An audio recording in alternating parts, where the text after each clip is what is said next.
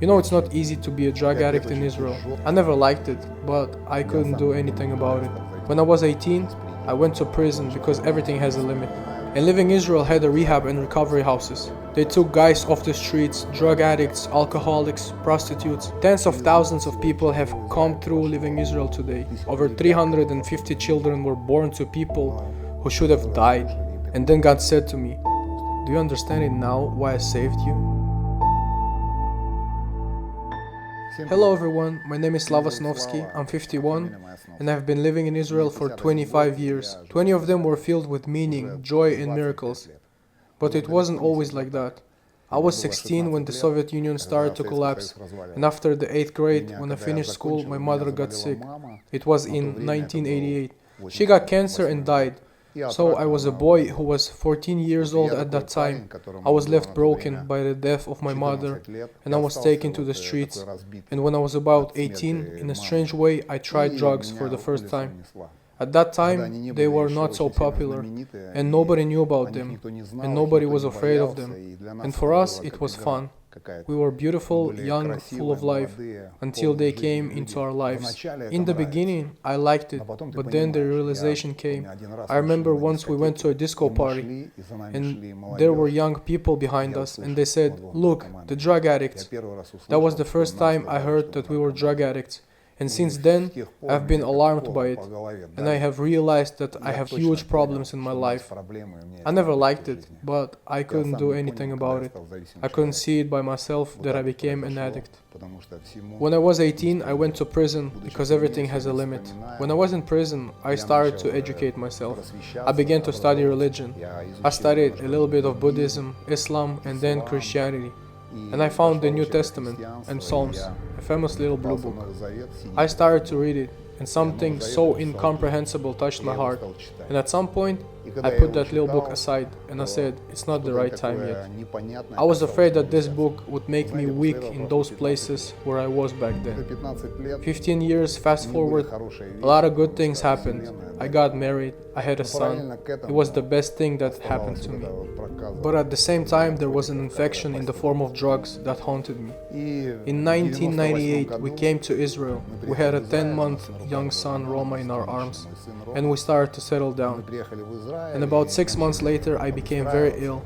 I had a tumor on my back. From time to time, I couldn't even move. And at that time, I found a painkiller in the form of heroin, and I became addicted to drugs again.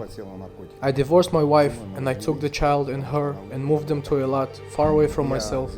And then I started to fight this problem so that my son would never see me like this. I went to the hospital. They started to screen me for diseases because I thought I had a cancerous tumor. So I turned to the universe for the first time and I said, "If you exist, heal me and I'll quit drugs." Turns out I had a benign tumor, and then I was completely healed. But I forgot the promise I gave to God. After that, I had 5 years of hard and gloomy life that sucked all the juices out of me. You know, it's not easy to be a drug addict in Israel.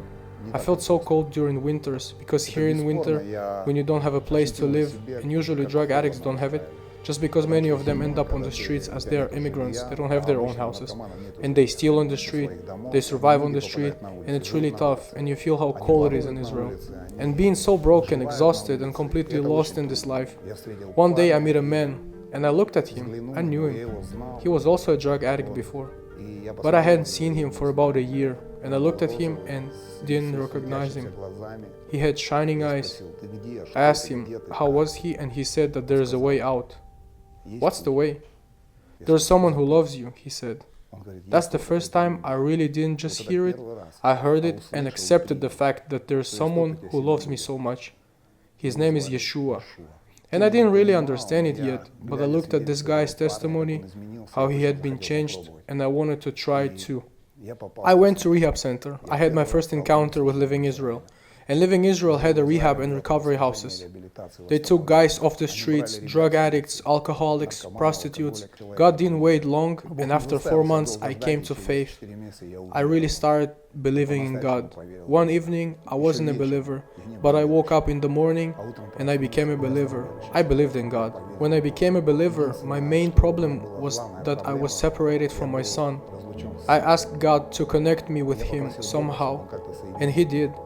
I haven't seen him for 6 years back then. 2 years we were together and 6 years we hadn't seen each other, and here I was, waiting very much for this meeting. I was waiting like nothing before, so we met. And God loves me so much that after about a month, Roma was able to live with me. He is now a beautiful man who loves and serves God, a young, handsome, pure man. I'm so grateful that God brings families together. I have already remarried in God, and I had a daughter. It was a gift from God, because I never thought it would happen again to me. Then a son was born. Today I have 3 children. All of them have a great future. When there was no hope for anything, I came to the warm house of Living Israel, where I was welcomed by Vova, the pastor with a good heart, and he made me stay with him forever. He told me about Jesus, his love, his Father's love, and it was unforgettable. You know, it's been 19 years since I made the decision to follow Jesus, and I realized that there are a lot of people who don't know about him, haven't even heard of him, and don't see a way out. Tens of thousands of people have come through Living Israel today, and many of them changed their lives. Over 250 weddings, over 350 children were born to people who should have died. But those who listened and received it miraculously received deliverance and changed their lives, restored their families. About a year after I became a believer, I began asking myself, why me? Why did God choose me? Why am I healthy when I have had such a hard life? And I recall a time when I had already restored my relationship with Roma. I was sitting and having lunch, and the 2 guys across the table from me, they were arguing, attacking each other, and I heard a question inside myself. Would you give Roma's life for them? I knew the story when the Father gave his Son to the cross for the people and their sins. I really thought about it, and I answered very honestly and sincerely. I said, no, for me, this is madness.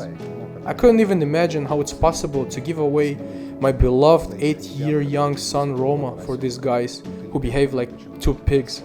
Then there was a little silence, and then God said to me, do you understand it now why I saved you? And without waiting for an answer, he said, I just love you. I couldn't sit down, so I went to my bed and I started to cry.